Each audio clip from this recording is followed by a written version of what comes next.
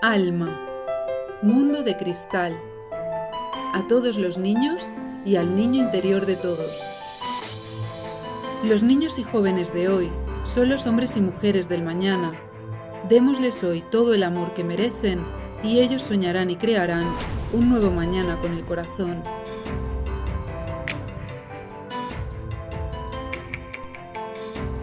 Preámbulo.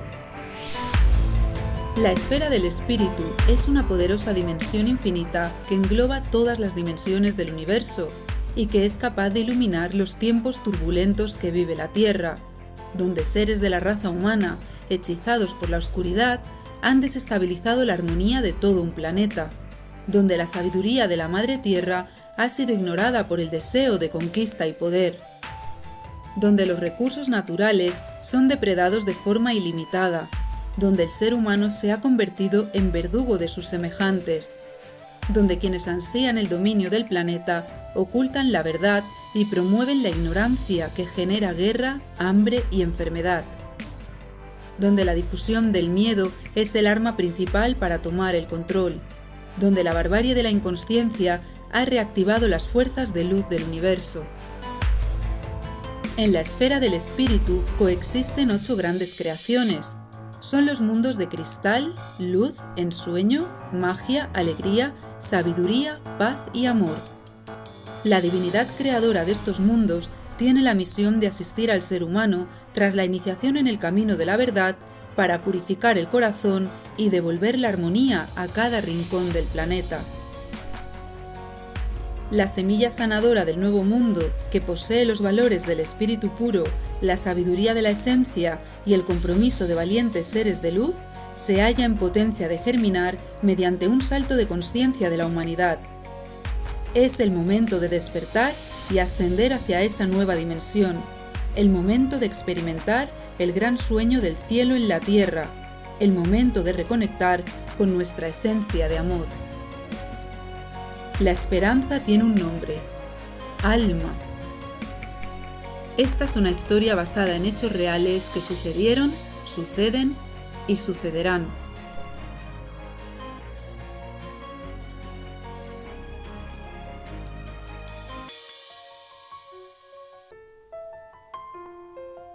Capítulo 1.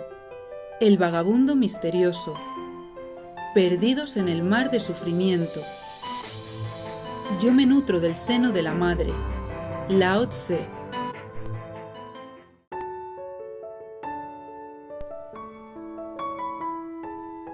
Vivía en la oscuridad. Buscaba la luz.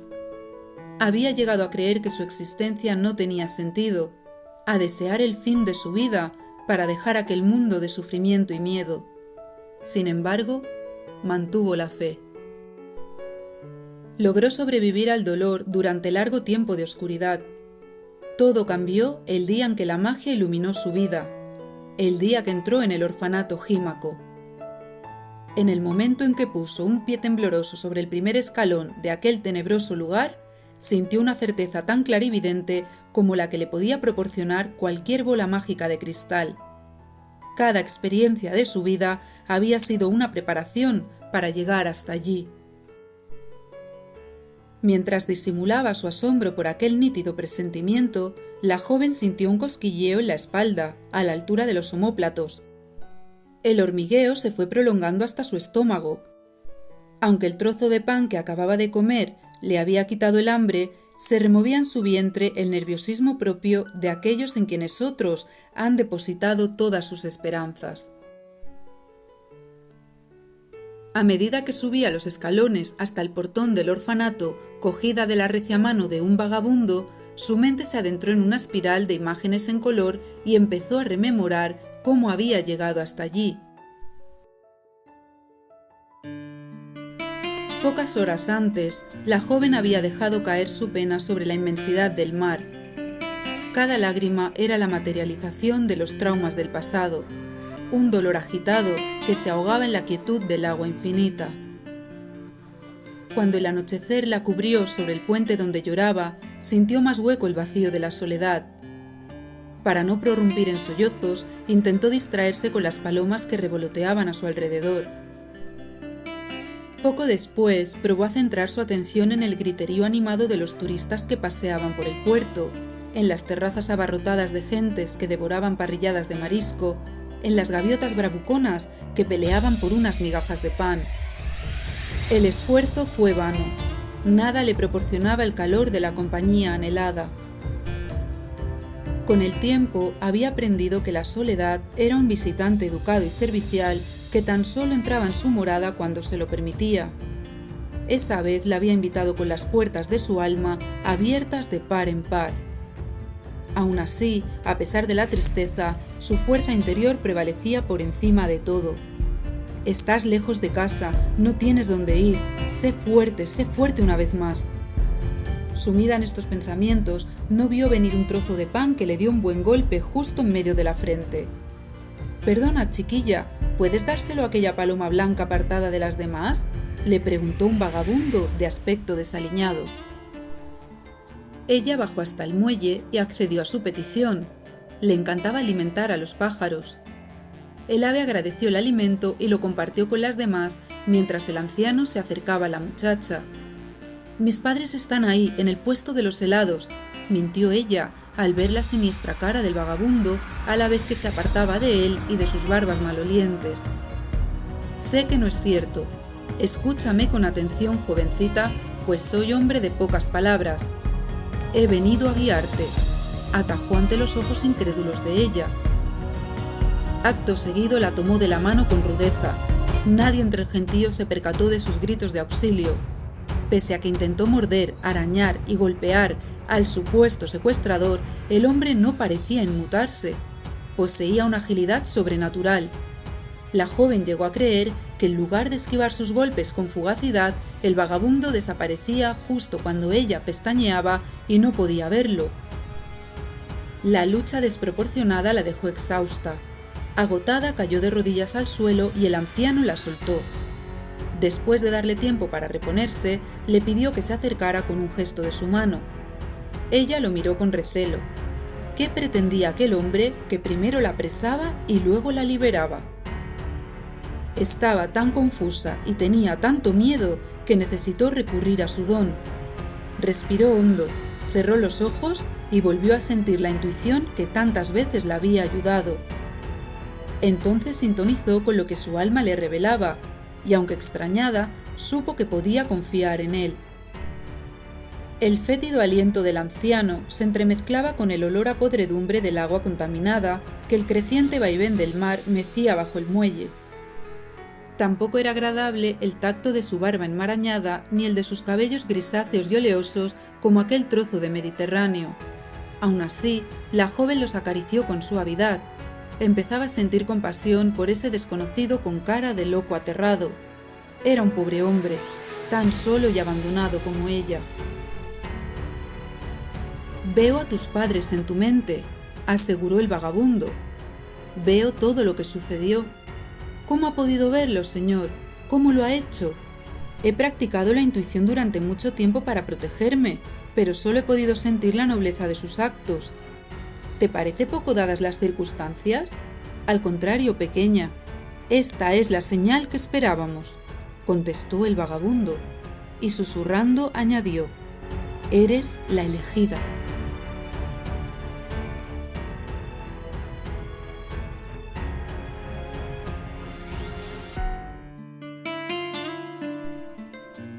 La joven lo miró a los ojos, brillantes de emoción, con el iris tornasolado por la luz argéntea de la luna llena, y guardó silencio ante tal revelación.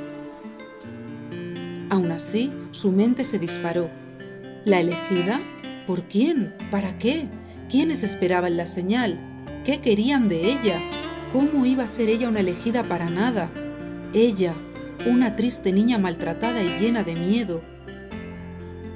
El temor y la inseguridad le provocaron náuseas, porque de alguna forma sabía que el vagabundo decía la verdad, una verdad que conllevaba una gran responsabilidad.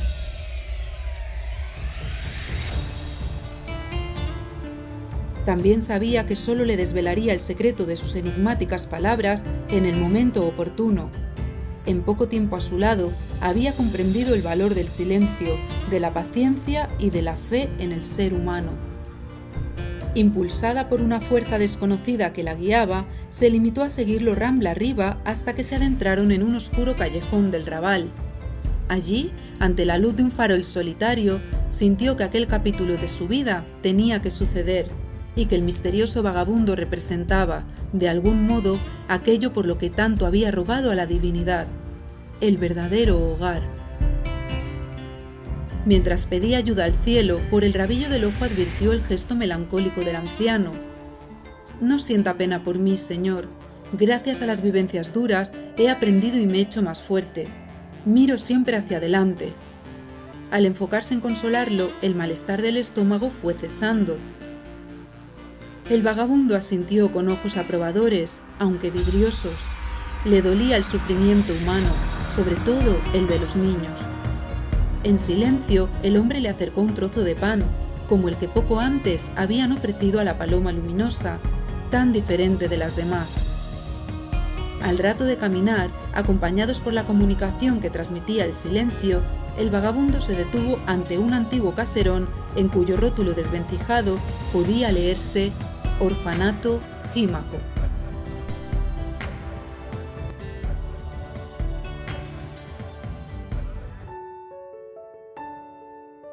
La joven, que seguía en el primer tramo de la escalera, despertó de sus rememoraciones y prestó atención a los nuevos acontecimientos. Con su mano rugosa, el vagabundo asió la aldaba del portón, una estrella dorada de 8 puntas que contrastaba con la ruinosa fachada, y dio unos golpes secos. Ella pensó que estaba a tiempo de dar vuelta atrás, echar a correr y huir hacia... ¿Hacia dónde? No había ningún lugar que la esperara excepto aquel. No había nadie que se preocupara por ella salvo el vagabundo. No podía confiar en nada que no fuera aquella energía interna que la movía a caminar junto a él.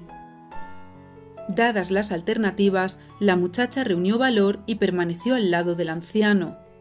Con la respiración tensa, alzó la vista y descubrió que el caserón no tenía ventanas ni respiraderos, tan solo aquella puerta descomunal que empezaba a chirriar mientras se abría con parsimonia. «Bienvenida, gran madre», saludó con amplia sonrisa una especie de guardia de seguridad, alto y fornido como una muralla. «Oh, verá, yo no soy ninguna madre, señor, solo tengo 13 años», aclaró ella, sin recordar que ya contaba 14, pues las lágrimas le habían borrado hasta la memoria de su propio cumpleaños. «No me refería a ti, jovencita, aunque tú también eres bienvenida y esperada», rió el hombre. «Adelante». Un torbellino de preguntas inundó la cabeza de la joven. ¿Quién era aquel enorme vigilante vestido de dorado? ¿Dónde estaba la gran madre? ¿Por qué también ella era bienvenida y esperada? ¿Qué era aquel lugar? ¿Por qué persistía el presentimiento de estar destinada a llegar allí? ¿Cuándo iba a parar el incesante cosquilleo en su espalda? «Paciencia, jovencita, tus preguntas obtendrán respuesta a su debido tiempo», la tranquilizó el vagabundo, que percibía sus pensamientos mientras la acompañaba hacia una gran sala en el centro de Jímaco. Tan solo dieron 2 pasos más y la joven paró en seco con la boca abierta, atónita por completo, tratando de entender el truco que había tras el mágico movimiento que surgía de la estancia en penumbra. Vio un estilizado perchero que se inclinaba haciéndoles una reverencia, una mesa ovalada que daba saltitos alegres moviendo el florero que sostenía, cual fiel cachorro meneando la cola para dar la bienvenida a su amo.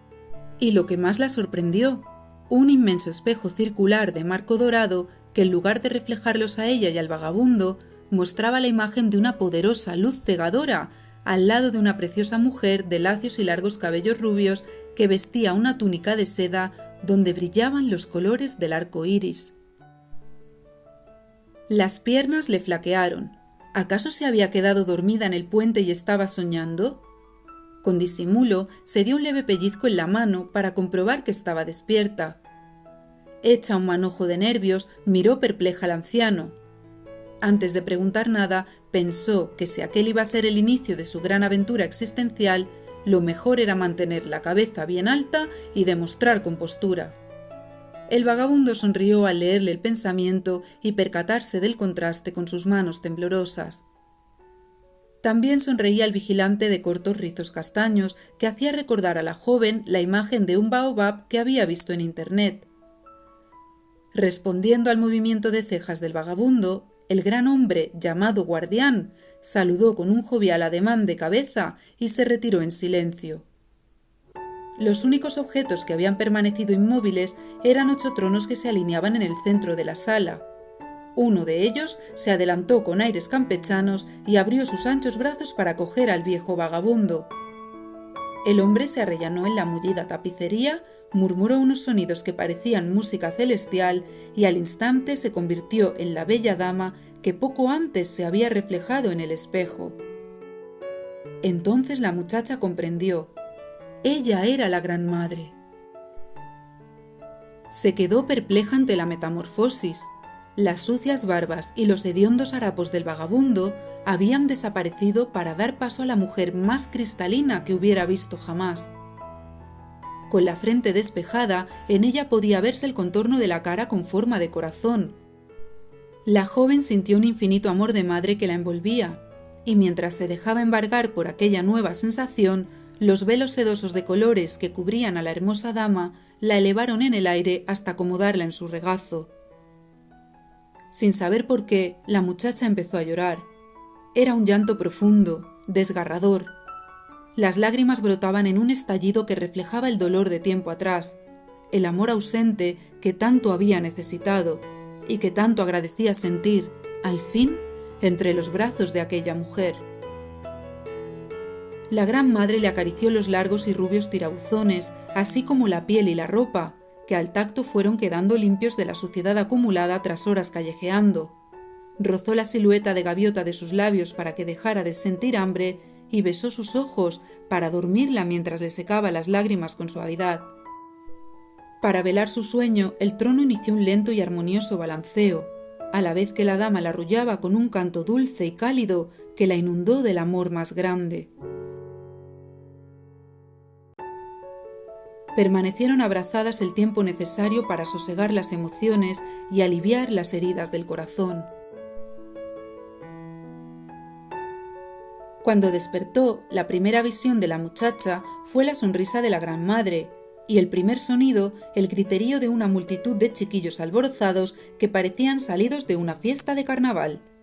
Eran niños procedentes de regiones de todo el mundo, disfrazados de faraones, monjes, campesinos, vikingos, templarios. Los más pequeños se atropellaban unos a otros para ser los primeros en desvelar la intriga. ¿Sería ella de verdad? ¿Tendría algún poder mágico distinto a los que ellos ya dominaban? ¿Los convertiría en nubes de azúcar con solo mirarlos? Guardián, por más fornido que fuera, no lograba contener a aquel tropel lleno de curiosidad ante la presencia de la joven. El hombre, a pesar de que le gustaba manifestar una fortaleza viril que consideraba imprescindible en cualquier guardián que se preciara, poseía una vena humorística inexorable.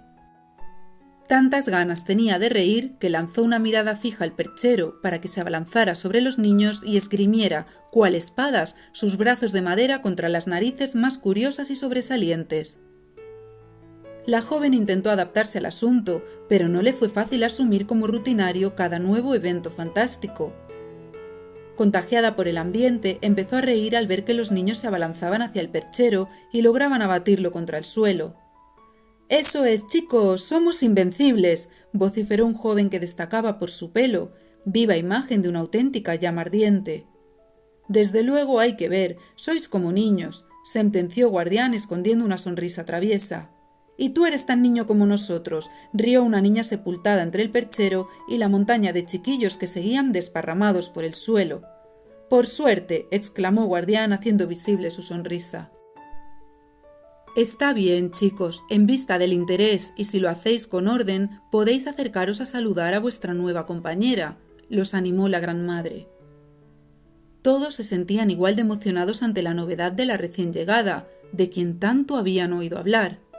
Todos, excepto el muchacho del cabello color de fuego.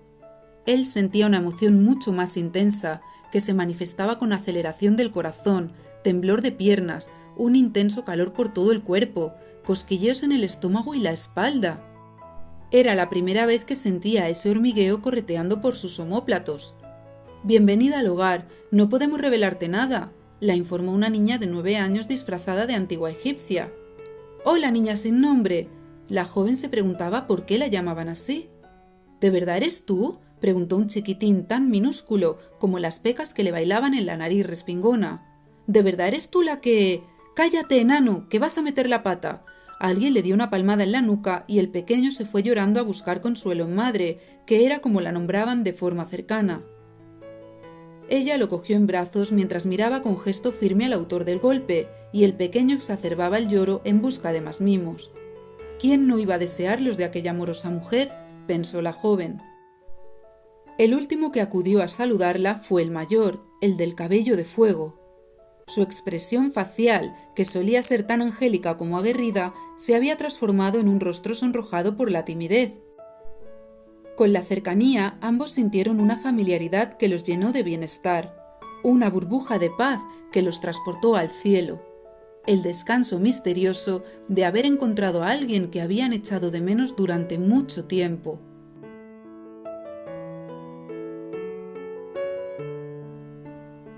Me alegra que formes parte de nuestra familia y nuestro hogar, sonrió el joven con sinceridad.